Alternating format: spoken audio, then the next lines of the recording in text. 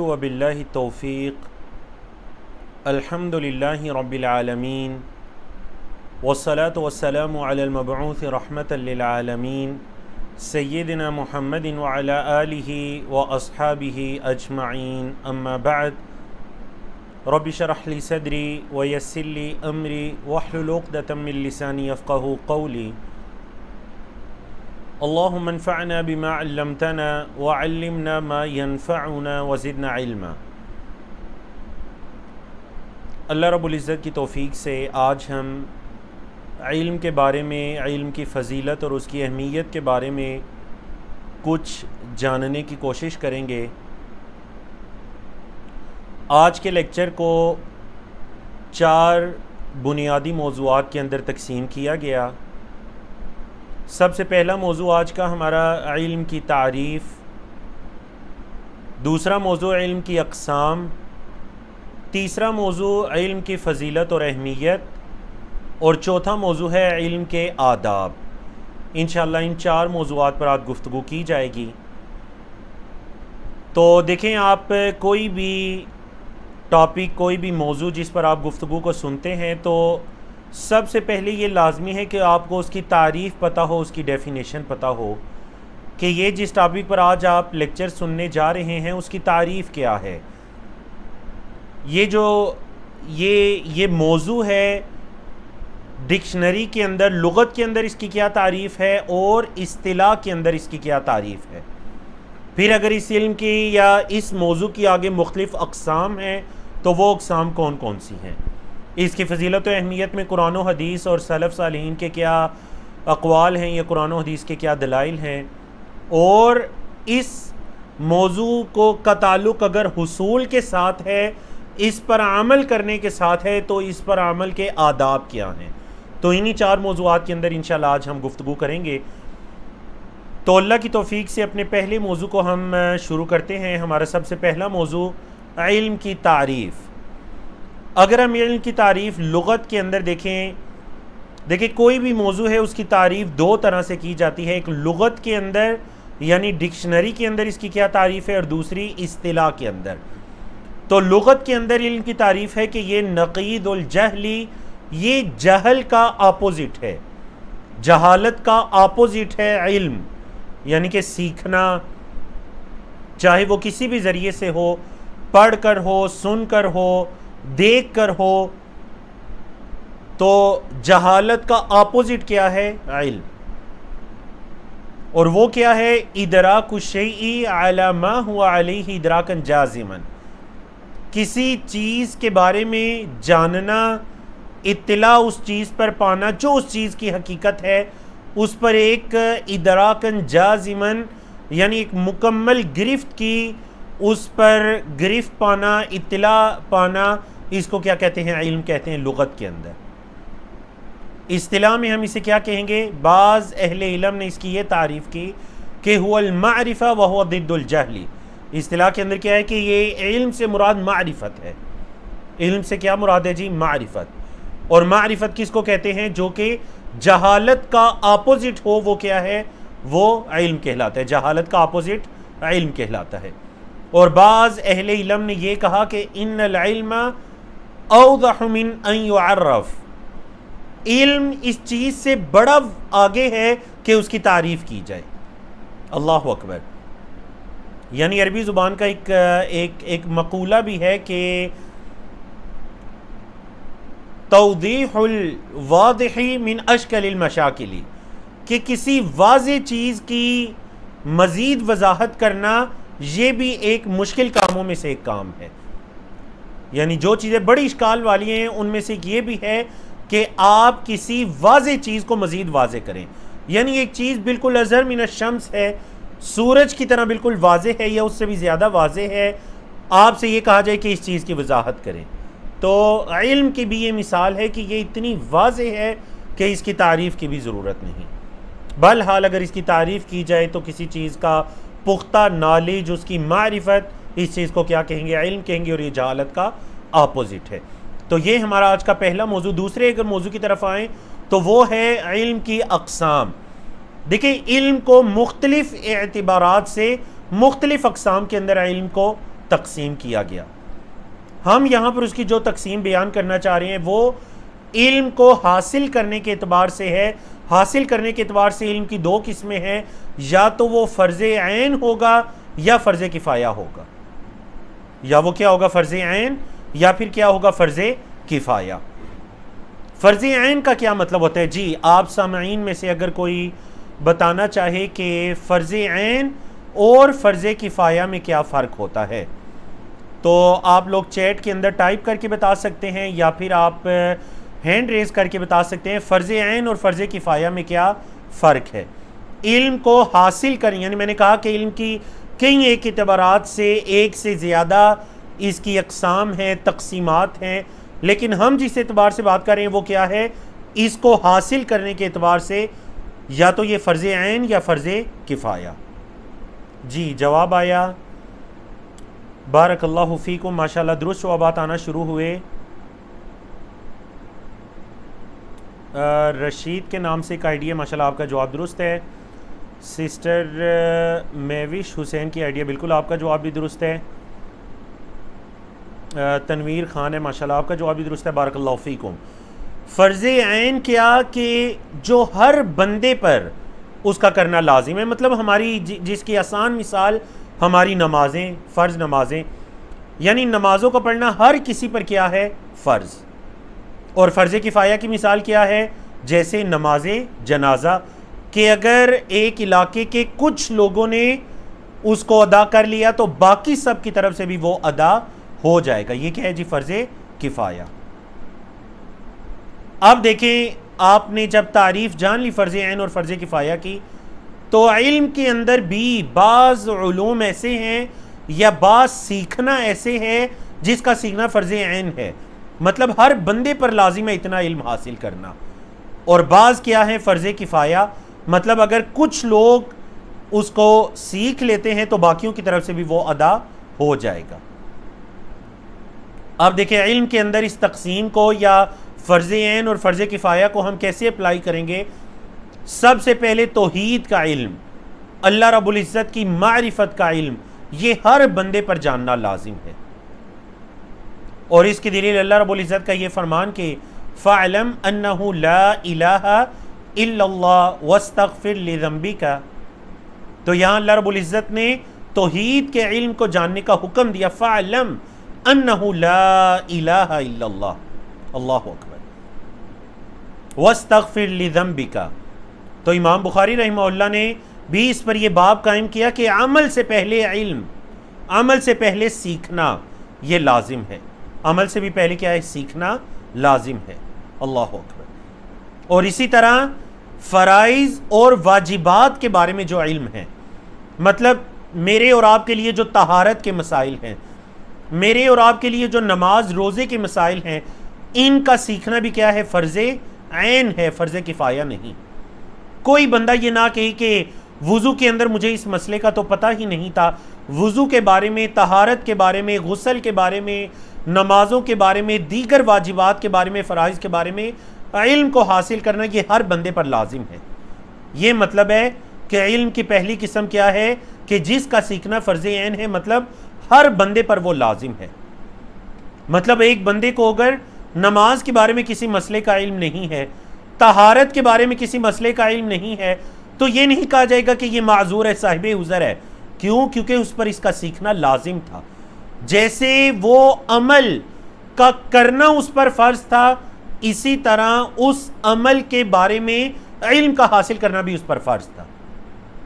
ये पहली किस्म है। और दूसरी किस्म क्या है जी, फ़र्ज़ किफ़ाया, तलबहु किफ़ाइयुन, कि उसका तलब करना हर बंदे पर लाजिम नहीं है, बल्कि बाज़ बंदे अगर उसको सीख लेते हैं तो दूसरों की तरफ से भी वो अदा हो जाएगा। और ये जैसे उलमाए किराम दीन के तफसीली इल्म को हासिल करते हैं, हदीस के इल्म को हासिल करते हैं, तफसीर के इल्म को हासिल करते हैं, फ़िक़्ह के इल्म को हासिल करते हैं, जिसकी दलील अल्लाह रब्बुल इज़्ज़त का ये फरमान है सूरत तौबा की आयत नंबर 122, मा कानल मुअमिनूना लियनफिरू काफ़्फ़ा फलौला नफ़र मिन कुल्लि फ़िरक़तिन मिनहुम ताइफ़तुन लियतफ़क़्क़हू फ़िद्दीन वलियुनज़िरू क़ौमहुम इज़ा रजअू इलैहिम लअल्लहुम यहज़रून। तो इस आयत से आप इसकी तफसीर, इसका तर्जुमा पढ़ सकते हैं सूरत तौबा की आयत नंबर 122 के हर घरों में से कुछ अशखास का निकलना लाजिम है कि जो दीन के इल्म को हासिल करें और फिर दीन के इल्म को सीखने के बाद जब वापस पलटे तो अपनी कौम के लोगों को डराएं, उनकी इस्लाह करें, उनको फ़राइज़ और वाजिबात की तालीम दें और उनको मनहियात या मुहर्रमात से रोकें। ये दीनी एतबार से है। दुनियावी एतबार से फ़र्ज़ किफ़ाया क्या है कि दुनियावी इल्म का सीखना, जैसे तिब का इल्म है, मेडिकल का इल्म, या फिर उसके अलावा इंजीनियरिंग का इल्म है, या उसके अलावा दीगर जो इकनॉमिक्स का इल्म है, इक्तिसादियात हैं, दीगर उलूम हैं, ये उलूम भी मुस्लिम मुआशरे के अंदर बाज़ ऐसे अशख़ास होने चाहिए जो इन उलूम को सीखें, जो इन उलूम को सीखें। दुनियावी एतबार से ये उलूम है, ताकि मुसलमान भी वो गैरों के मोहताज न हो इन उलूम और इन फ़नून के अंदर। बाज़ उलमा ने इनको फ़नून का नाम दिया, बाज़ ने इनको उलूम का नाम दिया, लेकिन उलूम मारिफत के माना में उलूम दुनियाविया और उलूम दीनिया, मतलब उससे मुराद उलूम शरइया हो जाएगा। तो ये दो एतबारात, या फिर कह लीजिए कि दो अक़साम हैं। एक इल्म की वो किस्म जिसका सीखना हर बंदे पर लाजिम है और वो तौहीद, वाजिबात, फ़राइज़ से मुताल्लिक़ इल्म है, और एक इल्म की वो किस्म कि जिसे अगर बाज़ बंदे मुस्लिम मुआशरे में सीख लेते हैं तो बाकियों की तरफ से भी वो फ़र्ज़ अदा हो जाएगा। तो ये हमारा दूसरा मौजू था, इल्म की अक़साम। अब तीसरे अहम मौजू की तरफ आते हैं और वो इल्म की फ़जीलत और उसकी अहमियत के बारे में है। और यहाँ पर इल्म की फ़जीलत और अहमियत को बयान करने से पहले ये वजाहत ज़रूरी है कि कुरान और हदीस में जिस इल्म की फ़जीलत वारिद हुई है, याद रखिए कि उस इल्म से मुराद कौन सा इल्म है? उस इल्म से मुराद शरई इल्म है। यानी कुरान और हदीस के अंदर जितने भी दलाइल हैं जिसमें इल्म की फ़जीलत है, उस इल्म से मुराद शरई इल्म है, कुरान और हदीस का इल्म या कुरान और हदीस से मुताल्लिका जो दीगर उलूम है उनका इल्म। कोई भी फ़जीलत, इससे मुराद जो इल्मुल वही है, वही का इल्म, नबी करीम सल्लल्लाहु अलैहि वसल्लम के फ़रामीन का इल्म, अहदीस का इल्म, कुरान मजीद का इल्म, जो भी इल्म की फ़जीलत आगे बयान होगी, इससे मुराद शरई इल्म की फ़जीलत है। जिस इल्म के बारे में अल्लाह रब्बुल इज़्ज़त ने यह फरमाया कि नबी करीम सल्लल्लाहु अलैहि वसल्लम ने यह फरमाया, सही बुखारी की हदीस के अंदर आयात आगे चल कर आ रही हैं। इब्तिदा हम करते हैं सही बुखारी की इस हदीस से कि आप अलैहिस्सलातु वस्सलाम ने फरमाया, हज़रत मुआविया रज़ी अल्लाह तआला अन्हु इस हदीस के रावी हैं। आप अलैहिस्सलातु वस्सलाम ने फरमाया, मन युरिदिल्लाहु बिही खैरन युफ़क़्क़िहु फ़िद्दीन, जिससे अल्लाह भलाई का इरादा करे अल्लाह उसे दीन की समझ अता कर देते हैं। जिस शख्स से अल्लाह भलाई का इरादा करें, अल्लाह उसे दीन के अंदर फ़िक़्ह कहते हैं दीन की समझ बूझ, अल्लाह उसे दीन की समझ बूझ अता कर देते हैं। तो बाज़ शारिहीन हदीस, मुहद्दिसीन का इसी हदीस की शरह के अंदर ये कौल है कि अगर किसी इल्म, किसी बंदे को दीन की समझ बूझ आना शुरू हो जाए तो वो अल्लाह का शुक्र अदा करे कि उसके रब ने उससे भलाई का इरादा किया। अगर अल्लाह किसी बंदे के सीने को दीन के इल्म के लिए, कुरान के इल्म के लिए या हदीस के इल्म के लिए किसी बंदे के सीने को खोल देते हैं, शरह सदर फरमा देते हैं, तो वो जान ले कि उसके रब ने उससे भलाई का इरादा किया। और मामला बिल्कुल इसके बरक्स हो तो फिर इसके बरक्स है कि अगर किसी का सीना दीनी इल्म के लिए नहीं खुलता तो वो जान ले कि अल्लाह रब्बुल इज़्ज़त ने उससे भलाई का इरादा नहीं किया। अल्लाह अकबर। सही बुखारी की हदीस, बड़ी अहम तरीन हदीस है। इल्म की फ़जीलत और अहमियत के अंदर मुख्तलिफ़ कुरान और हदीस के दलाइल को ज़िक्र किया गया है और इन दलाइल को तरतीब के साथ उर्दू व नवीन के साथ तरतीब दिया गया है।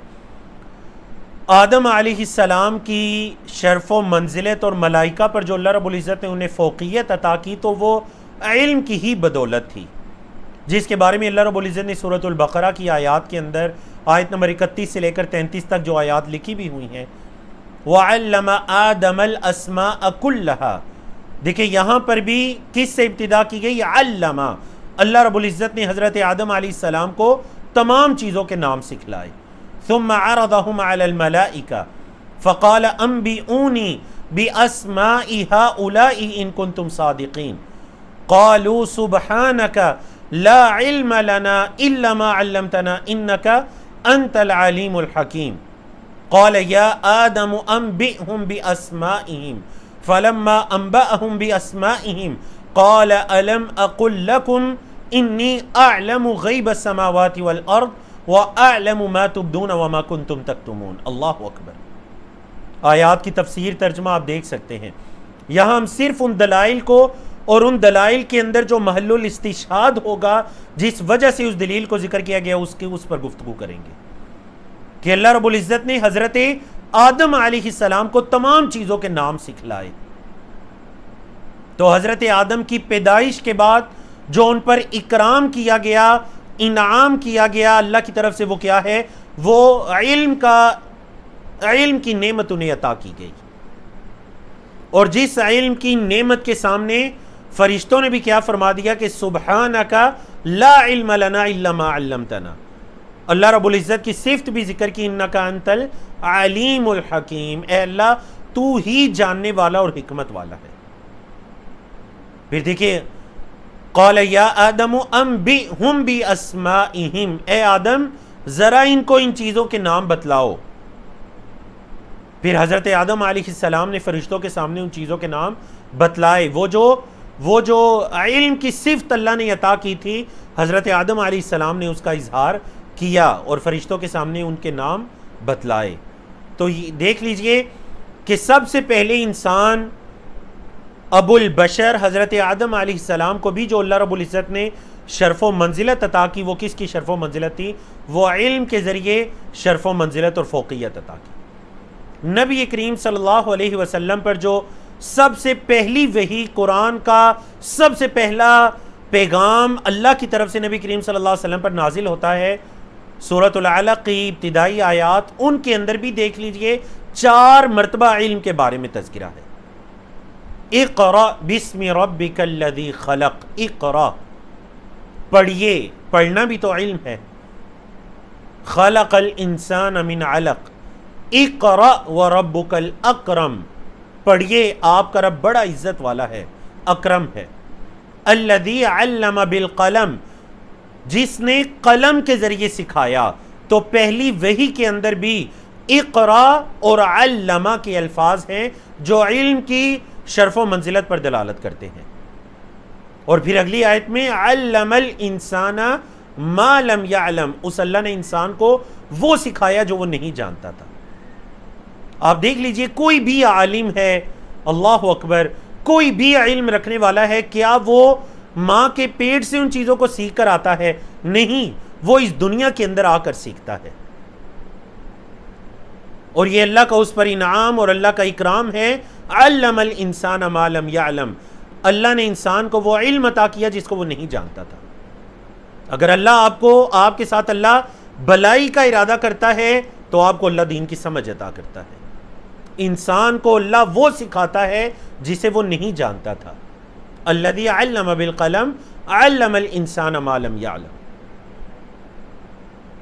और देख लीजिए आयत नंबर 4, अल्लज़ी अल्लम बिल कलम से एक और नुक्ते की तरफ जो मुफस्सिरीन ने इशारा किया, वो क्या है कि इल्म के लिए आप वसाइल का इस्तेमाल करेंगे। आप जो मुख्तलिफ वसाइल हैं उनको बुरोए कार लाएंगे। आप देख लीजिए, कलम भी तो सीखने का एक वसीला है, सीखने का एक जरिया है। तो पहली वही के अंदर उन वसाइल को इख्तियार करने की तरफ भी इशारा कर दिया जिस अल्लाह ने कलम के ज़रिए सिखाया। आज अगर हम अल्हम्दुलिल्लाह इंटरनेट के साथ मुंसलिक हैं और अल्लाह रब्बुल इज़्ज़त ने ये वसाइल जो बाज़ लोगों के लिए बाज़ औक़ात आजमाइश का या बुराई में वाक़ई होने का सबब बन जाते हैं, अल्लाह रब्बुल इज़्ज़त ने हम पर इनाम किया कि अल्हम्दुलिल्लाह हम इन वसाइल के ज़रिए दीन के इल्म को हासिल कर रहे हैं, और इस पर अल्लाह का शुक्र अदा कीजिए। और अगर बेहतरीन उस्ताज़ा किराम से कुछ भी सीखने का मौका मिलता है तो उसको ज़ाया ना जाने दीजिए, और आगे चलकर इसका तज़किरा आ रहा है। तीसरी और चौथी दलील की तरफ आते हैं, अहले इल्म का मुकाम व मर्तबा। जिन लोगों को अल्लाह ने इल्म अता किया, अल्लाह रब्बुल इज़्ज़त ने उनका तज़किरा फरमाया।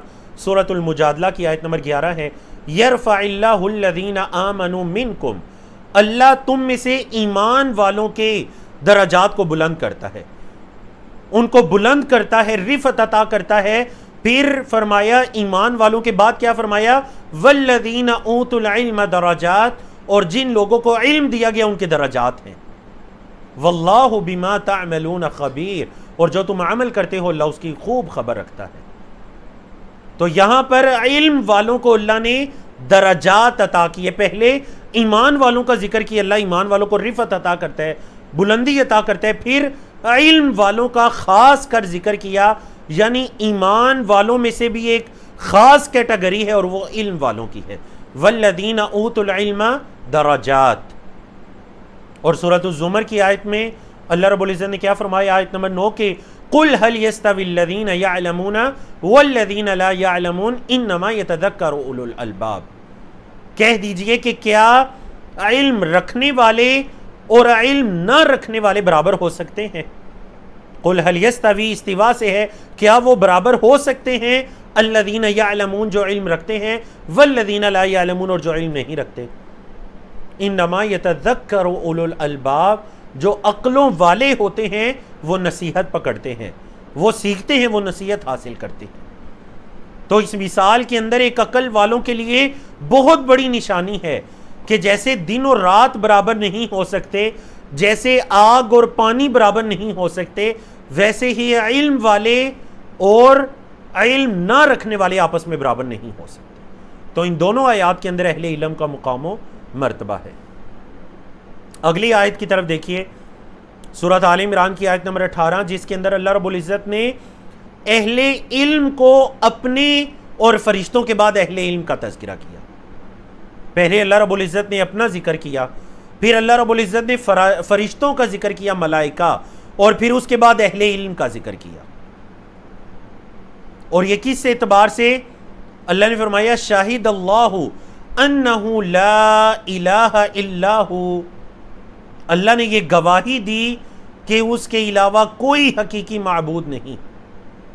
वल मलाइकतु, और फरिश्तों ने भी ये गवाही दी। अल्लाह ने गवाही दी, फरिश्तों ने गवाही दी। तीसरे नंबर पर व उलुल इल्मी, और इल्म वालों ने भी ये गवाही दी। काइमन बिल क़िस्त, वो अल्लाह इंसाफ के साथ कायम है। ला इलाहा इल्लाहु अल अज़ीज़ुल हकीम, ये इंसाफ पर मबनी गवाही है। अल्लाहु अकबर। तो यहां पर देखिए शाहिद अल्लाहु, अल्लाह रब्बुल इज़्ज़त ने अपना जिक्र किया इस गवाही के साथ। वल मलाइकतु, फरिश्तों का जिक्र किया। और तीसरे नंबर पर किसका जिक्र किया, व उलुल इल्मी, और इल्म वाले, मारिफत वाले, जानने वाले, इल्म रखने वाले जो हैं, अल्लाह रब्बुल इज़्ज़त ने इस बेहतरीन गवाही के अंदर उनका जिक्र किया। और अल्लामा अब्दुर्रहमान अस्सादी रहमहुल्लाह की तफसीर जिक्र की गई है कि अल्लाह रब्बुल इज़्ज़त ने तमाम लोगों के अंदर इल्म वालों को खास किया। यहां पर एक बेहतरीन गवाही, और वो तौहीद की गवाही है, उसके अंदर अल्लाह रब्बुल इज़्ज़त ने अहले इल्म को गवाह बना लिया। और अल्लाह ने उनकी गवाही को अपनी गवाही और फरिश्तों की गवाही के साथ जिक्र किया। और अल्लाह रब्बुल इज़्ज़त ने उनकी निस्बत इल्म की तरफ की। उलुल इल्मी, इल्म वाले, उलू अस्हाब के माना में है, यानी अस्हाबुल इल्मी, इल्म वाले। और अल्लाह रब्बुल इज़्ज़त ने उनको गवाह बनाया, और उनकी गवाही लोगों की गवाही पर एक हुज्जत है। अल्लाहु अकबर। तो इससे भी अहले इल्म की फजीलत पता चलती है, जिनको अल्लाह रब्बुल इज़्ज़त ने इल्म अता किया। नबी करीम सल्लल्लाहु अलैहि वसल्लम की एक हदीस लेते हैं, बड़ी खूबसूरत हदीस आप अलैहिस्सलातु वस्सलाम की, बड़ी खूबसूरत हदीस। नबी करीम सल्लल्लाहु अलैहि वसल्लम की ये हदीस बयान करने वाले हैं हज़रत अबू दरदा रज़ी अल्लाह तआला अन्हु। इस हदीस को गौर के साथ जानिए। ताकि अगर हम दीन के तालिब इल्म हैं तो इस चीज़ का जो कदर व मंजिलत है वो हमारे दिलों के अंदर मज़ीद बैठ जाए। और अगर हमने इस राह को अपने लिए मुंतखब नहीं किया दीन के इल्म के सीखने को, तो हम फ़ौरन इस राह को अपने लिए मुंतखब करें कि ये कितना खूबसूरत रास्ता है। कसीर बिन कैस कहते हैं कि मैं नबी करीम सल्लल्लाहु अलैहि वसल्लम के सहाबी हज़रत अबू दरदा के साथ दिमिश्क की जामे मस्जिद के अंदर बैठा हुआ था। एक शख्स आया और आकर कहने लगा कि अबू दरदा, एक हदीस मुझे पहुंची है, मैं मदीना तो रसूल सल्लल्लाहु अलैहि वसल्लम से यानी मदीना मुनव्वरा से आपके पास आया हूं, और आपके इल्म में है कि मदीना मुनव्वरा से दिमिश्क का जो फासला है उस ज़माने में घोड़े या ऊँट की मुसाफत पर वो 1 महीने का सफ़र था। 1 महीने का सफ़र करके मैं आपके पास आया हूँ। आने का मकसद क्या है? li हदीसिन, एक हदीस को लेने के लिए आया हूँ। मुझे ये पता चला है कि अन्नका तुहद्दिथुहु, आप उस हदीस को बयान करते हैं अल्लाह के रसूल सल्लल्लाहु अलैहि वसल्लम से। मा जितु लिहाजतिन, इसके अलावा मैं किसी ज़रूरत की वजह से नहीं आया। ये अबू दाऊद के अल्फाज हैं। सुनन इब्ने माजा के जो अल्फाज हैं, हज़रत अबू दरदा ने उनसे पूछा कि ज़रा मुझे बतलाइए, क्या आप किसी तिजारत की वजह से आए हैं? उन्होंने कहा नहीं, मैं किसी तिजारत की वजह से नहीं आया। फिर पूछा क्या आप इसके अलावा किसी ज़रूरत की वजह से आए हैं? कहा मैं किसी ज़रूरत की वजह से नहीं आया, बस एक हदीस को लेने के लिए आया हूँ। मुझे ये पता चला है कि आप उस हदीस को रिवायत करते हैं। 1 महीने का सफ़र करके वो सहाबी हज़रत अबू दरदा के पास आते हैं। अल्लाह अकबर। हज़रत अबू दरदा ने उन्हें वो जो हदीस लेने आए थे वो तो बाद में सुनाई। वो क़यामत के दिन आमाल के बदले से मुतल्लिका हदीस है। पहले उन्हें इल्म की फजीलत के अंदर हदीस सुनाई। हज़रत अबू दरदा ने कहा फ़इन्नी समिअतु रसूलुल्लाह सल्लल्लाहु अलैहि वसल्लम यक़ूल, बेशक मैंने अल्लाह के रसूल सल्लल्लाहु अलैहि वसल्लम को सुना, फरमा रहे थे, मन सलक तरीक़न यतलुबु फ़ीही इल्मन सलकल्लाहु बिही तरीक़न मिन तुरुक़िल जन्नह, जो किसी ऐसे रास्ते पर चलता है जिसमें वो इल्म को हासिल कर रहा होता है तो अल्लाह रब्बुल इज़्ज़त जन्नत के रास्ते पर उसको चलाते हैं। अल्लाह उसको जन्नत के रास्तों में से एक रास्ते पर चलाते हैं। और बेशक फरिश्ते व इन्नल मलाइकता लतदउ अजनिहतहा रिदन लितालिबिल इल्म, फरिश्ते अपने परों को तालिबे इल्म के कदमों के नीचे बिछा देते हैं, अपने परों को तालिबे इल्म के लिए बिछा देते हैं। और बेशक एक आलिम जो है उसके लिए जो कुछ आसमानों में है और जो कुछ ज़मीन में है वो बख्शिश तलब करते हैं। व इन्नल आलिम यस्तगफिरु लहु मन फिस समावाति व मन फिल अर्द वल हितानु फी जौफिल मा, पानी के अंदर मछलियां जो हैं वो भी एक आलिम के लिए इस्तिगफार करती हैं। फिर फरमाया एक आलिम की फजीलत एक आम आबिद पर ऐसे है जैसे कि 14वीं के चांद की फजीलत बाकी सारे सितारों पर होती है। फिर फरमाया व इन्नल उलमा वरसतुल अंबिया, ये जो उलमा हैं ये अंबिया के वारिस हैं। व इन्नल अंबिया अलम युवर्रिसु दीनारन वला दिरहमा व इन्नमा वर्रसु अल इल्म, अंबिया जो हैं उन्होंने अपनी वरासत में दिरहम दिनार नहीं छोड़े, उन्होंने अपनी वरासत के अंदर इल्म छोड़ा है, लिहाजा जो इस इल्म को ले वो वाफर मिकदार में ले। अल्लाह अकबर, कितनी खूबसूरत हदीस है अगर हम इल्म को हासिल करने के रास्ते पर चल निकलते हैं। और याद रखिए इल्म को हासिल करने का मतलब ये नहीं है कि आप किसी दीनी इदारे के अंदर दाखिला लें, बाकायदा एडमिशन लें, आपके पास कोई सनद हो तो फिर ही आप तालिबे इल्म बनेंगे। आप ज़िंदगी के किसी शोबे से ताल्लुक़ रखते हैं, आप कुरान मजीद के इल्म को सीखना शुरू कर दीजिए, आप अल्लाह के रसूल सल्लल्लाहु अलैहि वसल्लम की हदीस को सीखना शुरू कर दीजिए, बाकायदा दीन को सीखने की राह में आ जाइए, आपका शुमार तुल्लाबुल इल्म में हो जाएगा और आप इन फजीलतों के पाने वाले बन जाएंगे। आप चाहे ज़िंदगी के किसी शोबे से ताल्लुक़ रखते हैं। अब देखिए एक सवाल है जिससे हमें इल्म की अहमियत के बारे में पता चलेगा। चैट के अंदर आप लोग जवाब दे सकते हैं, मैं आपके जवाब देख रहा हूँ, कमेंट्स के अंदर आप जवाब दे सकते हैं।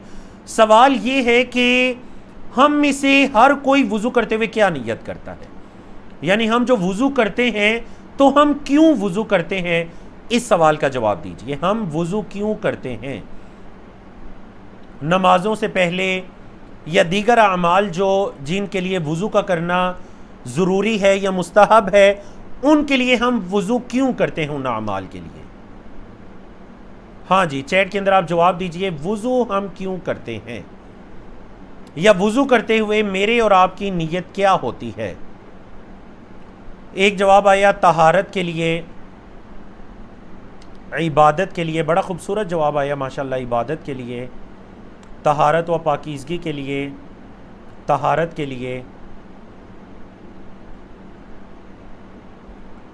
इल्म की फ़जीलत के अंदर उलमाए किराम ने ऐसी अहमियत की बातों को भी जिक्र किया है। देखिए सूरतुल माइदा की आयत नंबर 6, सूरतुल माइदा की आयत नंबर 6, जिसके अंदर अल्लाह रब्बुल इज़्ज़त ने वुज़ू करने का हुक्म दिया। या अय्युहल्लज़ीना आमनू इज़ा कुमतुम इलस्सलाह, ए ईमान वालो जब तुम नमाज का इरादा करो, फ़ग़सिलू वुजूहकुम व अयदियकुम इलल मराफ़िक़ि वमसहू बिरुऊसिकुम व अर्जुलकुम इलल कअबैन। अल्लाहु अकबर। एक इंसान अगर इस आयत करीमा को सामने रखते हुए वुज़ू करते हुए ये नियत कर रहे कि मैं वुज़ू इसलिए कर रहा हूं कि मेरे रब ने मुझे वुज़ू करने का हुक्म दिया है, मैं अल्लाह के हुक्म को मानते हुए मैं वुज़ू की इबादत को करने जा रहा हूं, जिसे कहते हैं अल इम्तिसालु लि अम्रिल्लाह। कोई शक नहीं, आप वुज़ू करते हैं तहारत के लिए करते हैं, गुनाहों के जड़ने के लिए वुज़ू करते हैं, हमारे गुनाह जड़ जाएं, नेकियां हासिल हो जाएं, नमाज कबूल हो सके।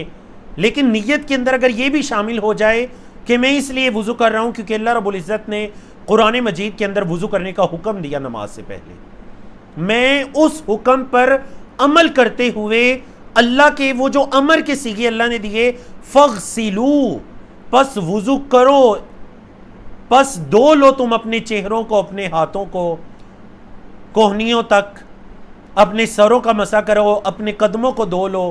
ये जो मैं फेल करने जा रहा हूं इसलिए कि मेरे रब ने ये हुक्म दिया। तो इससे दो फायदे हो जाएंगे। एक तो ये कि अल्लाह के हुक्म पर अमल करने का सवाब अलग से, और दूसरा हमें ये पता चलेगा कि जब किसी काम के करने का हुक्म अल्लाह ने दिया है तो मैं उस काम को अपनी मर्जी से नहीं कर सकता, मैं उस काम को वैसे ही करूंगा जैसे नबी करीम सल्लल्लाहु अलैहि वसल्लम ने उस अमल का तरीका बतलाया। नमाज पढ़नी है तो सल्लू कमा रअयतुमूनी उसल्ली, वैसे नमाज पढ़नी है जैसे मुझे नमाज पढ़ते हुए देख रहे हो, वैसे तुम नमाज पढ़ो। वुजू कैसे करना है? जैसे नबी करीम सल्लल्लाहु अलैहि वसल्लम ने किया। अल्लाहु अकबर। तो एक एक फेल, एक एक अमल, देखिए जब हम उस अमल के बारे में इल्म को हासिल करते जाएंगे, उस अमल पर अजर व सवाब भी बढ़ता जाएगा, क्योंकि हमारे दिल के अंदर यह अहमियत पैदा होगी कि इस अमल के बारे में अल्लाह रब्बुल इज़्ज़त का यह फरमान है। तो ये इल्म की अहमियत के अंदर उलमाए किराम ने ये चीज़ भी जिक्र की है। अल्लाह के रसूल सल्लल्लाहु अलैहि वसल्लम को कुरान मजीद के अंदर जिस चीज़ के अंदर इजाफे का हुक्म दिया गया या इजाफे की दुआ करने के लिए कहा गया, कुल वक़ुर रब्बी ज़िदनी इल्मा, सिर्फ एक चीज़ है, एक चीज़ कुरान मजीद के अंदर, यानी एक क्विज़ भी है, सवाल भी किया जाता है कि कुरान मजीद के अंदर वो वाहिद चीज़ जिसमें इजाफे की दुआ का हुक्म दिया गया वो क्या है? वो ना माल है, ना दौलत है, ना शोहरत है, वो एक चीज़ है और वो क्या है? इल्म है।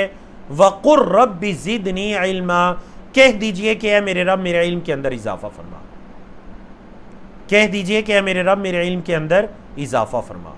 यकीन जानिए कि अगर इल्म की फजीलत के अंदर कोई लंबी चौड़ी गुफ्तगू ना की जाए, बस ये आयत करीमा ये जहन में बिठा लें कि नबी करीम सल्लल्लाहु अलैहि वसल्लम को एक चीज़ में इजाफे के लिए उसको उसके मुतालबे के लिए, उसकी दुआ के लिए कहा गया और वो इल्म है।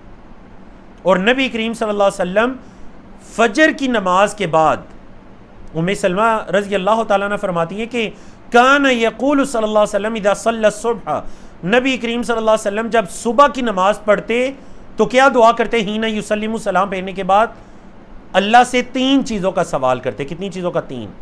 बड़ी ज़रूरी दुआ फजर के बाद अपना मामूल बना लीजिए। अल्लाहुम्मा इन्नी अस्अलुका इल्मन नाफ़िआ, ए अल्लाह मैं तुझसे इल्म नाफ़े का सवाल करता हूँ, व रिज़्क़न तय्यबा, और ए अल्लाह मैं तुझसे रिज़्क़न तय्यबा पाक रिज़्क़ का सवाल करता हूँ, व अमलन मुतक़ब्बला, और ए अल्लाह मैं तुझसे ऐसे अमल का सवाल करता हूँ जिसको तेरी बारगाह के अंदर कबूल किया जाए। इल्म, रिज़्क़, अमल, तीनों का आपस में बड़ा गहरा ताल्लुक है। जब आपके पास इल्म होगा फिर आप रिज़्क़ में से उस रिज़्क़ को तलाश करेंगे जो हलाल रिज़्क़ है, उस इल्म की बुनियाद पर आप हराम से अपने आप को बचाएंगे। जब आपके पास इल्म होगा उस इल्म की बुनियाद पर ऐसा अमल करेंगे जो नबी करीम सल्लल्लाहु अलैहि वसल्लम की सुन्नत के मुताबिक होगा, और वो अमल होगा अमलन मुतक़ब्बला। तो देखिए तीनों चीज़ों का आपस में कितना गहरा ताल्लुक है, रिलेशन है। फजर के बाद तीनों चीज़ों का सवाल। और बाज़ शारहीन ने, हदीस की शरह करने वाले उलमा ने क्या खूबसूरत बात कही। उन्होंने कहा बंदा अपने दिन के अंदर या तो कोई चीज़ सीखता है, या कोई रोज़ी रिज़्क़ कमाता है, या कोई अमल करता है, तो फजर के बाद ही वो अल्लाह से ये दुआ कर ले कि अल्लाह अगर तू मुझे कुछ सिखाए तो दुआ करता हूँ इल्मन नाफ़िआ, इल्म नाफ़े सिखाना। ए अल्लाह सिर्फ इल्म नहीं, नॉलेज या मार्फत के लिए नहीं, बल्कि नफ़ा के लिए, जो मेरे अहलो याल, मेरे मुआशरे सब पर उस इल्म का नफ़ा हो सके। और ए अल्लाह वो रिज़्क़ अता करना जो रिज़्क़न तय्यबा हो, यानी हलाल रिज़्क़ अता करना, हराम से बचाना, और ऐसा अमल करने की तौफीक देना जो मुतक़ब्बला, जिस अमल को तेरी बारगाह के अंदर कबूल किया जाए, जो अमल मरदूद ना हो बल्कि जिस अमल को कबूल किया जाए, जो अमल मकबूल हो। अल्लाह अकबर। तो इल्म की 2 किस्में, इल्म नाफ़े और गैर नाफ़े। तो हम फजर के बाद क्या दुआ करते हैं? अल्लाहुम्मा इन्नी अस्अलुका इल्मन नाफ़िआ। रिज़्क़ की 2 किस्में, एक तय्यब और एक गैर तय्यब, एक हलाल एक हराम। हम अल्लाह से क्या सवाल करते हैं? रिज़्क़न तय्यबा, हलाल रिज़्क़ का। अमल की भी 2 किस्में, एक मकबूल और एक मरदूद। हम अल्लाह से किसका सवाल करते हैं? अमल मुतक़ब्बला, जिसको अल्लाह की बारगाह में कबूल किया जाए। तो याद रखें, जब एक इंसान सीखेगा, इल्म हासिल करेगा, उसका रिज़्क़ भी पाक होता जाएगा, उसका अमल भी मकबूल होता जाएगा इंशाअल्लाह। अल्लाह रब्बुल इज़्ज़त की तौफीक से हमने 3 मौज़ूआत को इख्तिसार के साथ मुकम्मल किया। आज के आखिरी और चौथे मौजू की तरफ चलते हैं, और वो है इल्म के आदाब। अगर आपने सीखने का इरादा कर लिया, अल्लाह रब्बुल इज़्ज़त ने इस लेक्चर के ज़रिए मेरे आपके दिलों के अंदर ये तड़प, ये जुस्तजू पैदा कर दी कि इंशाअल्लाह आज के बाद हम सीखेंगे, हम बाकायदा दीन को सीखने की राह पर चलेंगे, तो फिर जान लीजिए कि इसके आदाब क्या होने चाहिए। एक तालिबे इल्म के या इल्म को हासिल करने के आदाब क्या होने चाहिए, जिसको आप अखलाक भी कह सकते हैं, आदाब भी कह सकते हैं। सबसे पहला और ज़रूरी अदब ये है कि आप इखलास के साथ इल्म को हासिल करें, लिल्लाहियत, अल्लाह के लिए इल्म को हासिल करें, शोहरत के लिए नहीं, नाम के लिए नहीं, दुनियावी लालच के लिए नहीं, मनफात के लिए नहीं, लोगों के अंदर तारीफ के लिए नहीं, बड़ा बनने के लिए नहीं, कोई दुनियावी ओहदा मनसब के लिए नहीं, बल्कि इल्म को हासिल किया जाए अल्लाह की रज़ा के लिए, इखलास और लिल्लाहियत के लिए। सबसे पहला ये मकसद होना चाहिए कि अंतरफ़अल जहला अन नफ्सिका, ए दीन की तालिबा, ए दीन के तालिबे इल्म, सबसे पहला क्या तेरी नियत होनी चाहिए कि तू अपने आप से जहालत को दूर करेगा इस इल्म के ज़रिए। नंबर 2, अंतअबुदुल्लाह अला बसीरतिन, कि तू अल्लाह की इबादत करेगा बसीरत, इल्म आ जाने के बाद तू अल्लाह की मज़ीद अच्छे तरीके से इबादत कर सकेगा। नंबर 3, अन ततक़र्रब इलल्लाह बितलबिल इल्म लिअन्न तलबहु जिहाद, कि तू इल्म को हासिल करके अल्लाह के मज़ीद करीब होता जाएगा, ये इल्म को सीखने का मकसद होना चाहिए। और नंबर 4, अन ततअब्बद लिल्लाहि बितलबिल इल्म, कि तो इल्म को हासिल करेगा, ये हासिल करना भी इबादत होगा क्योंकि अल्लाह ने इल्म को हासिल करने का हुक्म दिया, तो अल्लाह के हुक्म को मानेगा तो पता चला ये भी इबादत कहलाएगा। और नंबर 5, अन तज़दादा बिही खशियतन, कि इल्म को हासिल करने से तेरी खशियत के अंदर, तकवा के अंदर मजीद इजाफा हो जाएगा। क्योंकि अल्लाह रब्बुल इज़्ज़त ने फरमाया इन्नमा यख्शल्लाह मिन इबादिहिल उलमा, कि बस अल्लाह के बंदों में से तो जो इल्म वाले हैं वो अल्लाह से डरते हैं, वो अल्लाह की खशियत, अल्लाह के तकवे को इख्तियार करते। इन्नल्लाह अज़ीज़ुन गफूर, बेशक अल्लाह गालिब और माफ़ करने वाले। तो ये सबसे पहला अदब है कि लिल्लाहियत, इखलास। नंबर 2, एक ज़रूरी कायदा है कि अल अहम फल मुहिम या अल अक़दम फल अक़दम।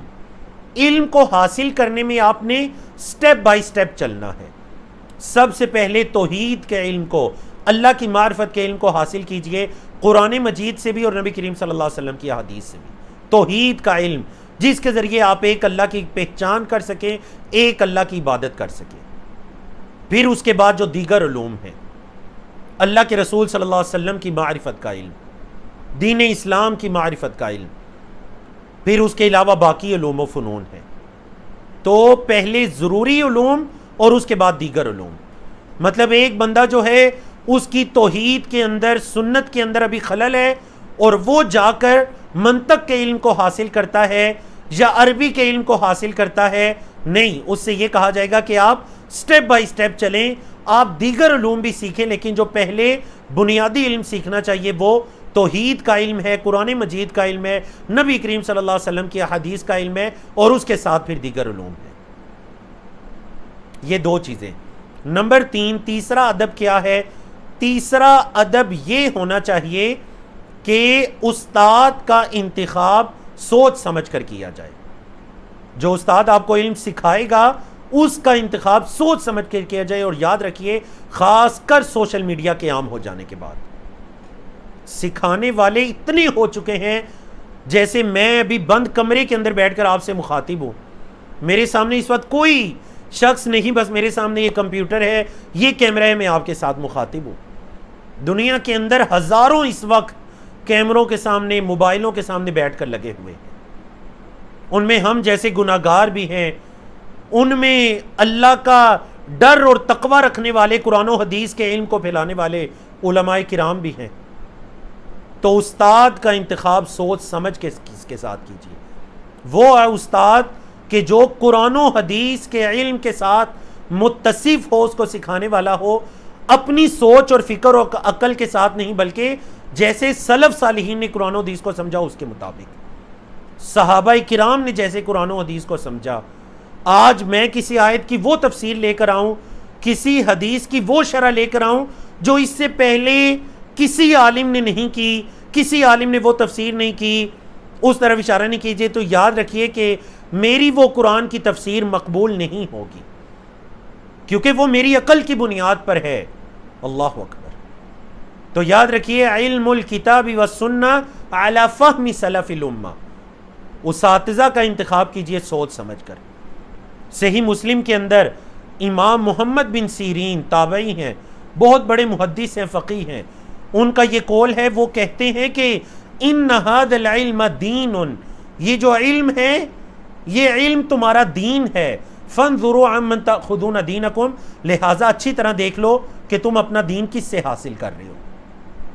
ये इल्म तुम्हारा दीन है, अच्छी तरह सोच समझ लो कि दीन किससे हासिल कर रहे हो।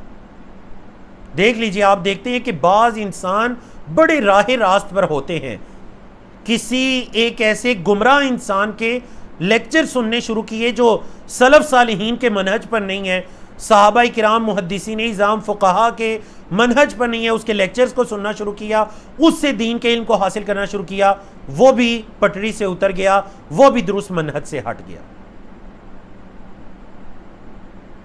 मैं अक्सर, यानी जब लोग पूछते हैं फलां का सुनना कैसा है, वो बड़ी अच्छी बातें भी करते हैं, हाँ ठीक है, अच्छी बातें भी करते हैं, लेकिन क्या उनका मनहज दुरुस्त है? आप उनकी अच्छी बातों को सुनने की वजह से उनको फॉलो करना शुरू हो जाते हैं। उनकी 9 बातें अच्छी होती हैं, एक जगह जाकर वो अपना जहर या वो जो मनहज से हटा उनका पोशीदा अकीदा या मनहज होता है, 9 बातें वो दुरुस्त करते हैं, 10वीं बात अपना वो जहर घोल देते हैं। सुनने वाले के जहन के अंदर भी वो शक व शुबा पैदा हो जाता है। इस वजह से इस ज़माने के अंदर ख़ास कर मोहम्मद बिन सीरीन रहमतुल्लाह के इस कौल की अहमियत कई गुना तक बढ़ जाती है कि अच्छी तरह देख लो कि तुम दीन किस से हाल ले रहे हो, क्योंकि ये इल्म असल में ये तुम्हारा दीन है। चौथी चीज़ ये है कि अदब एहतराम को मलहूज़े खातिर रखा जाए। सबसे पहले जो सीखने वाला है वो अपने सिखाने वाले अपने उस्ताद के साथ अदब एहतराम का ख्याल रखे। नंबर 2, दर्स के अंदर जहां पर वो इल्म को सीख रहा है वहां पर अदब एहतराम का अच्छी तरह से ख्याल रखे। और नंबर 3, जब वो दीन को सीखने के रास्ते पर चल पड़ा, वो दीन का तालिब या दीन की तालिबा कहलाया, तो फिर अपनी जान के साथ भी अदब एहतराम को मलहूज़े खातिर रखे। अपने उस्ताद के साथ, दर्स की मजलिस के साथ और अपनी जान के साथ भी वो अदब एहतराम को मलहूज़े खातिर रखे। और ख़ास कर यानी सोशल मीडिया या इंटरनेट के ज़राए के ज़रिए से जो इल्म का हासिल करना है, उसके अंदर इस चीज़ की अहमियत कई गुना तक बढ़ जाती है कि आप कुरान मजीद की आयत सुन रहे हैं, उसकी तफसीर सुन रहे हैं, आप हदीस सुन रहे हैं, आप अकीदे की कोई किताब पढ़ रहे हैं, तो आपकी हालत क्या है? लेटे हुए हैं, बैठे हुए हैं, आप सो रहे हैं, जाग रहे हैं, आप उस चीज़ को कितनी अहमियत दे रहे हैं? क्या आप जितने अपने वर्क को अहमियत देते हैं, आप कुरान और हदीस के इल्म को सीखने को भी इतनी अहमियत दे रहे हैं या नहीं? तो इस चीज़ की अहमियत भी इस दौर के अंदर कई गुना तक बढ़ जाती है। एक असर यहाँ पर जिक्र किया जाता है, हज़रत ज़ैद बिन साबित वो एक मरतबा सवारी पर सवार हुए, तो हज़रत अब्दुल्ला बिन अब्बास ने क्या किया कि वो जो सवारी की लगाम थी उसको थाम लिया। अल्लाह अकबर। हज़रत ज़ैद बिन साबित सवार हैं और हज़रत अब्दुल्ला बिन अब्बास नबी करीम सल्लल्लाहु अलैहि वसल्लम के चचाजाद हैं, वो उन्होंने सवारी की लगाम को थामा हुआ है। हज़रत ज़ैद बिन साबित ने कहा, सहाबा किराम के अंदर जो उलमा सहाबा किराम थे उनमें हज़रत ज़ैद बिन साबित का शुमार होता है। तो हज़रत ज़ैद बिन साबित ने हज़रत अब्दुल्ला बिन अब्बास से कहा, ला तफ़अल यब्न अम्मी रसूलिल्लाह सल्लल्लाहु अलैहि वसल्लम, ए अल्लाह के रसूल सल्लल्लाहु अलैहि वसल्लम के चचा के बेटे ऐसे मत कीजिए, मेरी सवारी की लगाम को छोड़ दीजिए। हज़रत अब्दुल्ला बिन अब्बास का क्या जवाब था जो हमारे मौजू से मुताल्लिक है? हज़रत अब्दुल्ला बिन अब्बास रज़ी अल्लाह तआला अन्हुमा कहते हैं, हा कदा उमिरना अन नफ़अल बि उलमाइना, हमें अपने उलमा के साथ ऐसे करने का हुक्म दिया गया है, हमें अपने उलमा की ऐसे इज्जत करने का हुक्म दिया गया है। अल्लाह अकबर। फिर हज़रत ज़ैद का तरीक़ाकार देखिए। हज़रत ज़ैद ने उन्हें कहा कि नबी करीम सल्लल्लाहु अलैहि वसल्लम के चचा के बेटे ज़रा अपना हाथ तो मुझे दिखाइए। उन्होंने अपना हाथ आगे किया तो हज़रत ज़ैद ने उनके हाथ को चूमा और चूम के कहने लगे, हा कदा उमिरना अन नफ़अल बि अहली बैति नबीना सल्लल्लाहु अलैहि वसल्लम, हमें भी ये हुक्म दिया गया है कि हम नबी करीम सल्लल्लाहु अलैहि वसल्लम के जो अहले बैत हैं, आपके जो घर वाले हैं, आपके ख़ानदान वाले हैं, हम उनके साथ ऐसा सलूक करें। हज़रत ज़ैद बिन साबित ने हज़रत अब्दुल्ला बिन अब्बास के हाथ का बोसा लिया। अल्लाह अकबर। कितना खूबसूरत असर है उस्ताद की इज्जत के अंदर। पांचवा अदब यह है कि अपने आप को गुनाहों से महफूज रखिए। 2 आयात, वत्तकुल्लाह व युअल्लिमुकुमुल्लाह, अल्लाह से डर जाओ, अल्लाह तुम्हें सिखा देगा। तकवा इख्तियार करो, अल्लाह तुम्हें सिखाएगा। या अय्युहल्लज़ीना आमनू इन तत्तकुल्लाह, ए ईमान वालो अगर तुम तकवा इख्तियार करो, यजअल लकुम फुरकाना, तो अल्लाह तुम्हारे लिए फुरकान बना देगा। व युकफ्फिर अन्कुम सय्यिआतिकुम, अल्लाह तुम्हारे गुनाहों को मुआफ़ करेगा। व यग़फ़िर लकुम वल्लाहु ज़ुल फ़ज़्लिल अज़ीम। इमाम शाफ़ी रहमहुल्लाह फरमाते हैं, अपने उस्ताद इमाम वकी रहमहुल्लाह से कहने लगे, इमाम शाफ़ी रहमहुल्लाह, हमारे बाज़ उस्ताज़ा ने हमें बताया कि इमाम शाफ़ी रहमहुल्लाह के हाफ़िज़े की ये हालत थी कि मोता इमाम मालिक को याद कर रहे हैं, एक सफ़े को याद करते हुए अगर दूसरे सफ़े पर निगाह पड़ जाती है, उस सफ़े को देखना शुरू हो जाते हैं, तो इस सफ़े से पहले वो सफ़ा ज़ुबानी हिफ्ज़ हो जाता है। उनके हाफ़िज़े की ये हालत है।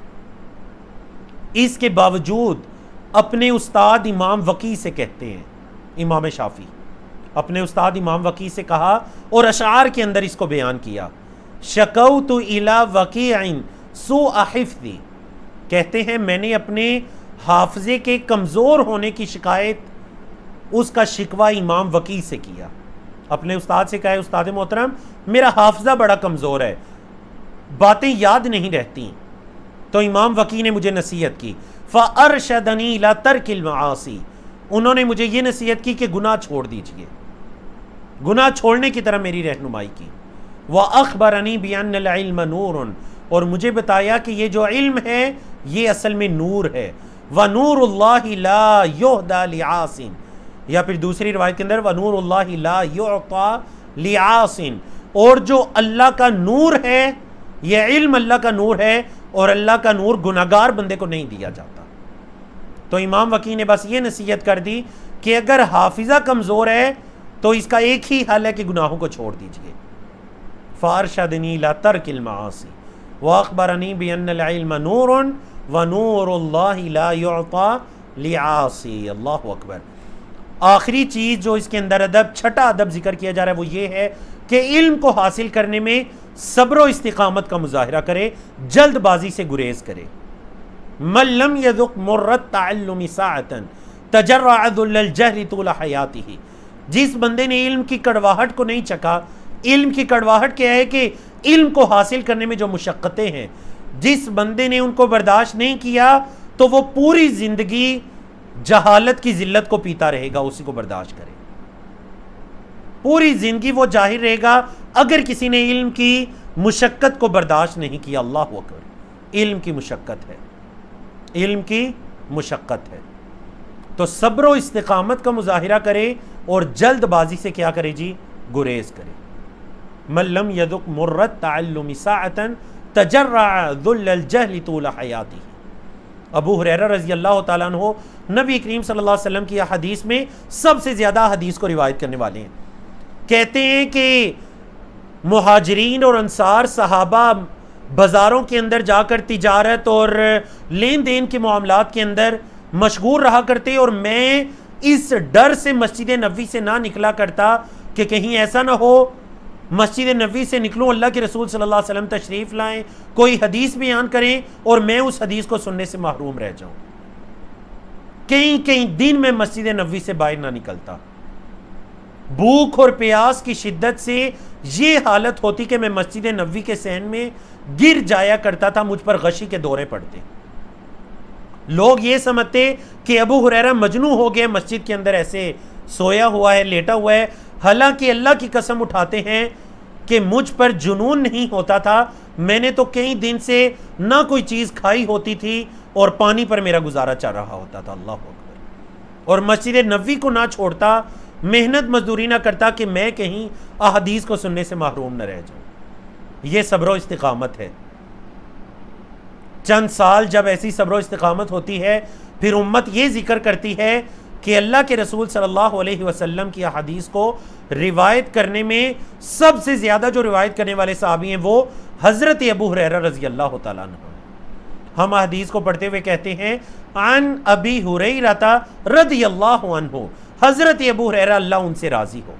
क्या आप अंदाज़ा कर सकते हैं रूए ज़मीन पर रोज़ाना कितनी दुआएं हज़रत अबू हुरैरा रज़ी अल्लाह तआला अन्हु को मिलती होंगी, कितनी दुआएं हज़रत आयशा रज़ी अल्लाह तआला अन्हा को मिलती होंगी, कितनी दुआएं इमाम बुखारी को मिलती होंगी, इमाम मुस्लिम को मिलती होंगी, उलमा और मुहद्दिसीन को मिलती होंगी। जब हमारे जैसे तालिब इल्म हदीस पढ़ते हुए ये कहते हैं कि इमाम बुखारी रहिमहुल्लाह ने इस हदीस को सही बुखारी के अंदर रिवायत किया। अल्लाह अकबर। तो ये इल्म है, ये इल्म का सीखना है, ये इल्म की अहमियत है, ये उसके आदाब हैं, ये उसकी कदर व मंजिलत है। अगर तो हम इस रास्ते पर चल रहे हैं तो मैं और आप मुबारकबाद के मुस्तहिक हैं। अल्लाह रब्बुल इज़्ज़त हमें इस्तिकामत अता करे, इस रास्ते पर सब्र की तौफीक अता करे। और अगर अभी तक हम दुनिया के अंदर खोए हुए हैं और हमने इल्म की राह को अभी तक इख्तियार नहीं किया तो ये मेरे और आपके लिए लम्हा फ़िक्रिया है, सोचने का मुकाम है। अल्लाह रब्बुल इज़्ज़त से दुआ है कि आज के इस मुख्तसर गुफ्तगू के अंदर इल्म की तारीफ़, उसकी अक़साम, उसकी अहमियत, उसकी फ़जीलत और उसके आदाब के अंदर जितनी बातें की गई, अल्लाह रब्बुल इज़्ज़त मुझे आपको हम सब को अल्लाह इस पर अमल करने की तौफीक अता करे। और अल्लाह से ये दुआ करते हैं कि अल्लाह रब्बुल इज़्ज़त हमें हमेशा तुल्लाबुल इल्म रखे, अल्लाह रब्बुल इज़्ज़त हमें दीन के तुल्लाब रखे, दीन की तालिबात रखे। जब अल्लाह रब्बुल इज़्ज़त इस दुनिया से लेकर जाए तो हमें इल्म को हासिल करने के रास्ते पर हों। अल्लाह रब्बुल इज़्ज़त इसी हाल में हमें इस दुनिया से लेकर जाए। कल क़यामत के दिन भी अल्लाह रब्बुल इज़्ज़त हमें उठाए तो हमें इल्म को सीखने सिखाने, इसकी नशर व इशात के अंदर, दावत व तबलीग के अंदर अल्लाह रब्बुल इज़्ज़त हमारा ख़ातिमा भी इसी खैर पर और दीन की दावत के अंदर फरमाए। अक़ूलु क़ौली हाज़ा अस्तग़फ़िरुल्लाह ली व लकुम व लिसाइरिल मुस्लिमीन मिन कुल्लि ज़ंबिन व सल्लल्लाहु तआला अला नबिय्यिना मुहम्मदिन व अला आलिहि व सहबिहि अजमईन।